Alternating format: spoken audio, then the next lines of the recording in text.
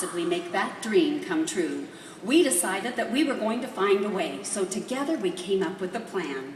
We decided we would get up at 5 a.m. and that we would get to the trailhead and start up no later than 5:30 a.m. If all the hikers stayed focused and hurried up the trail, no lagging, we would make it up and back in plenty of time. We were committed. We were nervous, but we were committed. We synchronized our watches and then it was off to bed. Well, that night, the clocks moved forward an hour. We had planned on that, but what we had not planned on was that it would really be 4 a.m. and the sun wasn't scheduled to come up till 6:45 a.m. So when we arrived at the trailhead, it was pitch black. Here we were, 6 women, not dressed appropriately for the weather, not prepared, and none of us had ever hiked this before, so we had no idea where we were going in the dark. Well, Angela said, "I have hiked this before." Phew, we were instilled with faith until she said she was 7 when she had done it. Next to us in that dark parking lot was one lone car. A man and his 7-year-old daughter got out. They had on coats, they had headlamps. They said they were going to climb to the arch. The dad had hiked it numerous times. Yes, we thought, we have our guides. Well, they started up the trail immediately. We hesitated a bit, thinking, maybe we should wait and see if it gets a little bit warmer or lighter.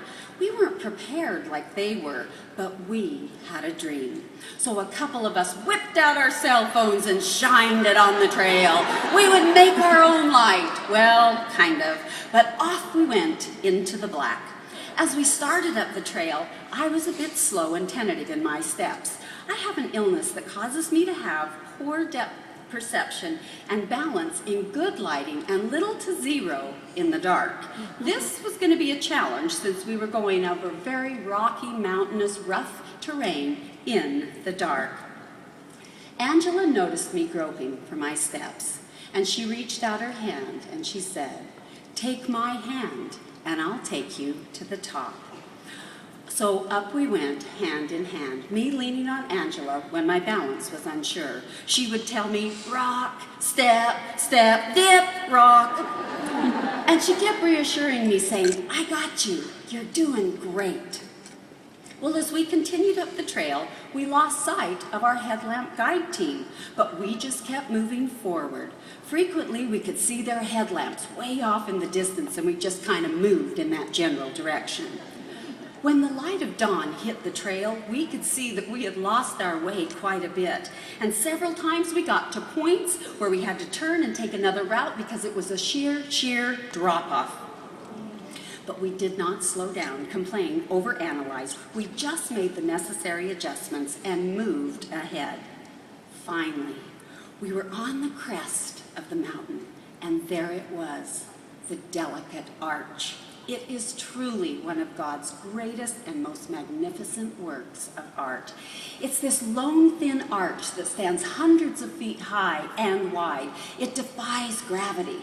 It stands on this lip of a sandstone bowl carved by wind and rain. And just as we arrived, the sun made its debut and greeted us. We 6 sat on the edge of this vast bowl, looking out to the gorgeously carved vista in complete and utter awe. We watched as it began to flood over all the rocks, and then it began to drench the arch with its rays. Our eyes filled with tears, and we watched in total wonderment. Our headlamp guides, they took a photo of our victorious team as we stood beneath that arch. A dream realized together, capturing a memory of a lifetime, a dream that we might have missed had we hesitated just a mere moment longer at that trailhead. Angela turned to me and said, "I wonder how many people only see the arch from the viewpoint and never attempt this climb, and they miss seeing what we are seeing right now." I said, "I think sadly, the majority." Well, we checked our watches and reluctantly knew that we had to head down the mountain. In the light of day, as we were going down, I thought, holy cats, we climbed up this in the dark, not knowing all of these dangers?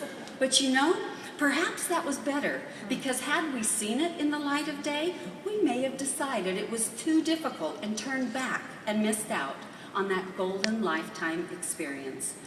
That morning, only 8 people saw what we saw. When we talk about it and show pictures, others say, oh, I wish I had, or I should have. I was one that almost said, perhaps I could have. Because that dark morning in the car, as I assessed the trail and the situation, self-doubt started creeping in. I thought, knowing my limitations, perhaps I should stay back so as not to mess up the plan.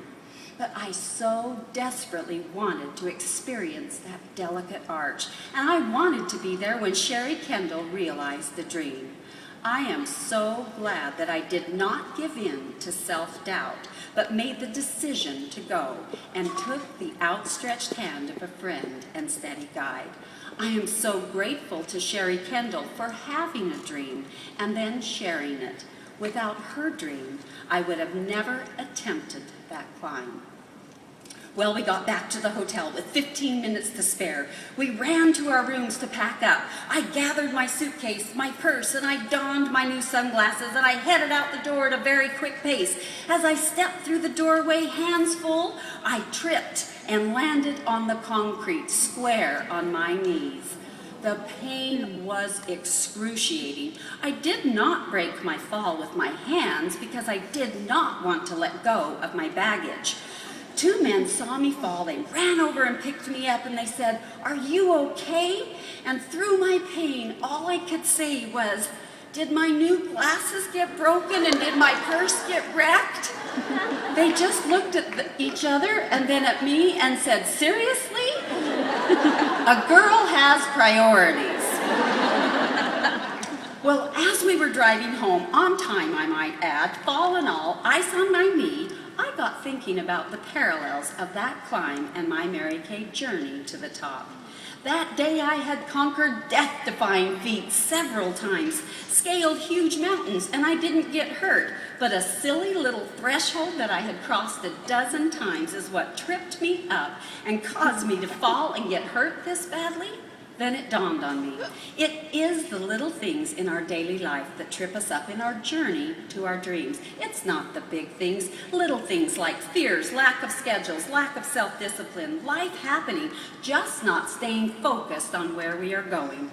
Our baggage of negative self-talk, old beliefs and habits that we insist on hanging on to cause us to trip and fall. If we would just let go of these, we may trip, but we could catch ourselves, get back up, put ice on it, regain focus, and move forward.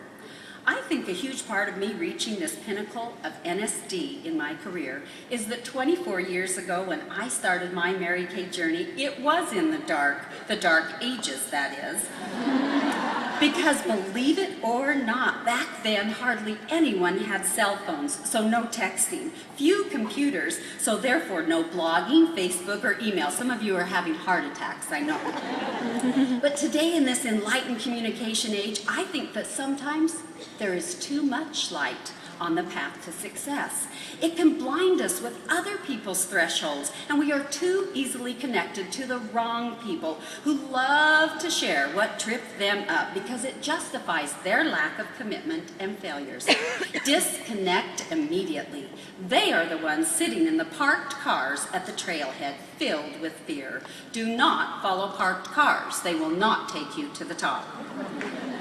Frankly, I am so grateful that I had no way of being technically connected into the minds of those non-hikers, because 24 years ago, I was a shy, insecure, stay-at-home mom that didn't wear makeup, knew nothing about skincare and sales, and people scared me to death. My biggest dream back then would have been to be able to look someone in the eye when I was speaking to them without quaking inside. I was a mess. I didn't need anyone else filling my head with their baggage. I had a full set of Louis Vuitton baggage of my own.